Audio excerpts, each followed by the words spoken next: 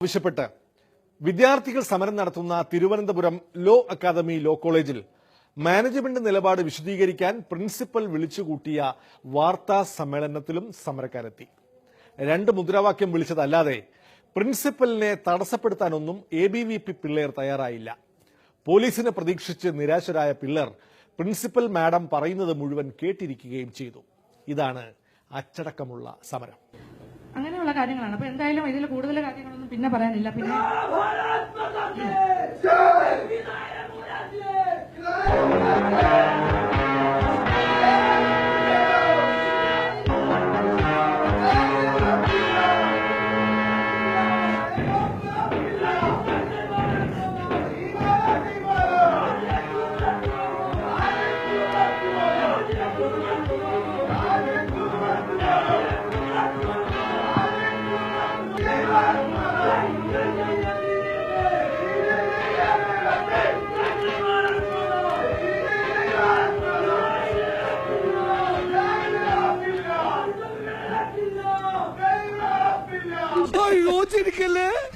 നിർത്താൻ പറ്റൂല.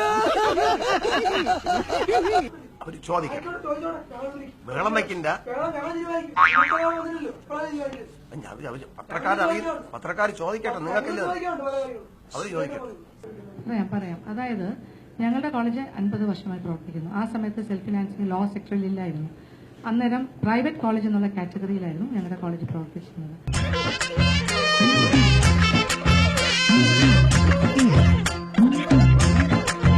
അത് അന്നത്തെ കാലത്ത് അത് അങ്ങനെ കടന്നു. അതിന്റെ ഈ അടുത്ത കാലത്ത് ഒരു നല്ല കവിത എന്നെ ഹോണ്ട് ചെയ്തു. It is a masterpiece of professor Mansoor Nair, Naranath Bhranthan. ഞാനൊന്ന് ചൊല്ലാം. 12 മക്കളെ പെറ്റൊരമ്മേ. Lovely ഇസ്ന്റ് it? അത് ഇപ്പോഴും നമ്മൾ അത് ചർച്ച ചെയ്തിട്ട് കാര്യമില്ല. 50 വർഷം മുന്നേ തുടങ്ങിയ ഒരു കോളേജിൽ അന്നത്തെ റൂൾസ് അനുസരിച്ചിട്ടാണ് കാര്യങ്ങൾ ചെയ്യുന്നത്.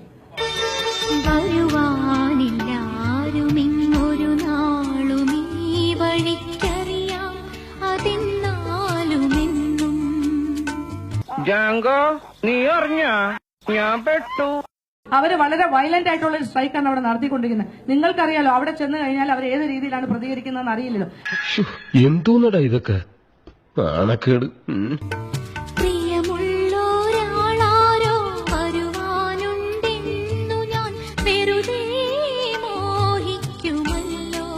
എന്റെ ഐഡിയ പോയി.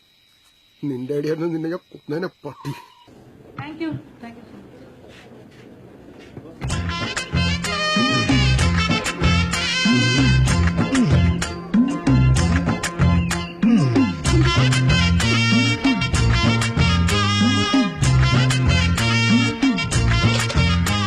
ഞാൻ പോകണേ, ഇനി ആർക്കും പരാതിയില്ലല്ലോ.